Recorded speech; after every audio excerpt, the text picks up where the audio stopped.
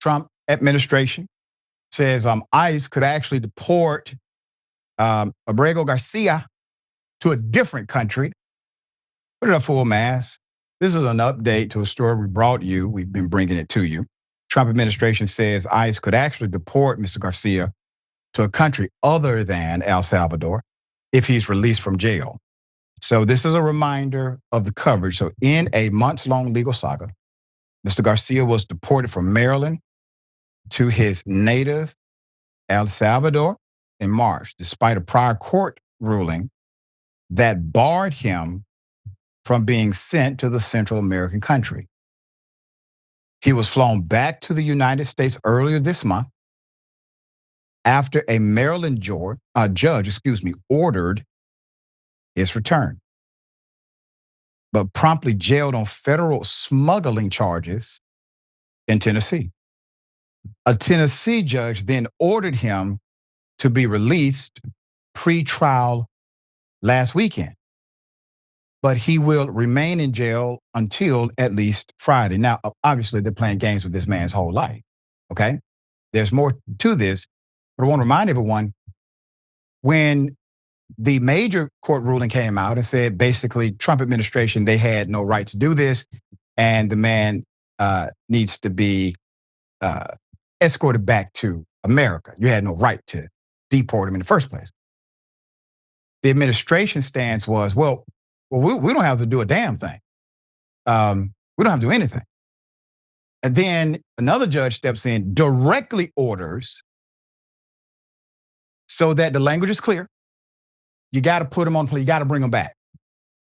He gets brought back to only be arrested again, released, and here we are, because he will remain in jail until Friday, according to the latest report. So at a hearing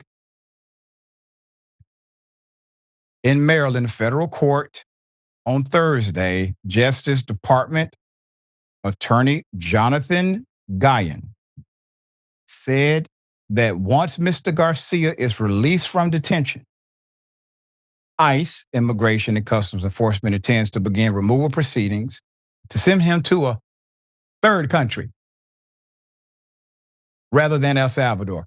Put him up full mass. Once again, still going back to Trump. As I say, this is what happens when you hire a game show host as your president. Country one, no. Country two, no. Third country, it may be behind door number 3. It's unfortunate that you have actual attorneys who went to school, specialized instruction, education, took an oath doing this. And so the prosecutor says, however, that there are no imminent plans to remove him from the U.S. and did not provide specifics of when the administration would seek to deport him. That's probably a fake out. We'll see. Also, in Thursday's Maryland court proceedings, Mr. Garcia's attorneys requested that he be protected from another deportation and returned to the state. So U.S. District Judge Paula Zenas of Maryland scheduled a hearing for July 7th to review Garcia's arguments. The attorneys are making this argument. The judge will also review the government's motion to dismiss Garcia's civil lawsuit over his earlier deportation, which has played out in this same courtroom. Meanwhile, in Garcia's criminal court proceedings in Tennessee on Wednesday, U.S. Magistrate Judge Barbara Holm ordered that Mr. Garcia remain in custody at least until Friday, as lawyers debate whether the Justice Department can stop him from being deported after he is released from jail. Prosecutors argue that if Mr. Garcia is released and then arrested again on immigration grounds, the Justice Department would lose a, quote, meaningful opportunity to try this case because it could be deported. His lawyers called the concerns, quote, a possible self-inflicted injury due to the Department of Homeland Security's desire to deport him. Holmes ordered Mr. Garcia released last weekend. So Mr. Garcia is facing charges for his alleged role in a migrant smuggling conspiracy. He pleaded not guilty to those charges. He was returned to the U.S. in early June, after the Salvadorian government was given a warrant for his arrest. If convicted, he would serve his sentence in the U.S. before potentially facing deportation again. But there's a 2019 court ruling, okay? A 2019 court ruling barred Mr. Garcia, who entered the U.S. legally around 2011, from being deported to El Salvador, specifically due to fear of persecution by his home country's gang. It's an asylum-like ruling, okay?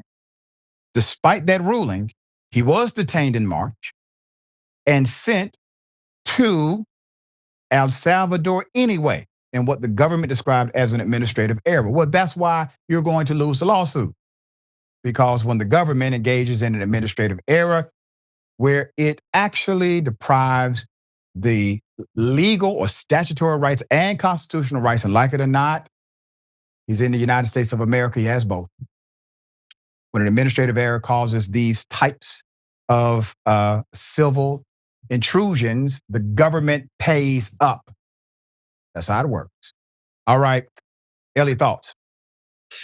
I mean, these things, specifics and details, I don't think that specifics and details are exactly this administration's forte Right. when it comes to this kind of thing. I think that it's incredibly sad to watch this kind of thing happen. And it's on both sides, but I would say predominantly on the right, where you watch an individual go from being a human being to a symbol, and they become something of a pawn. They become a way of showing other people and other groups how strong they can be, and how much they're going to protect our borders, and how much safer you're going to be. And it's not a real thing. It's all fantasy for these folks. And so I think when a lot of this legal stuff comes up, a lot of these like constitutional rights that people might have, for example, it falls on deaf ears, because there's two modes, I think, of thinking here. One side is going, hey, this isn't legal. You can't do this. You need to actually go through due process. And then you have another side going, we don't really care. We just want to use this to our benefit and make sure that it gets us points with our voters. And I think that that kind of thing, again, can happen on both sides. But watching it happen in real time with real people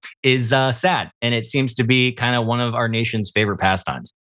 Yeah, and you can't imagine that spending all of this manpower and all of these resources on a potential case, no, it's not legal to do, doesn't help the overall goal of MAGA, who wanted the worst sent back and the criminals sent. That's not happening. Trump ain't worried about that. He's trying to meet a quota. All right, we'll bring you updates as they develop.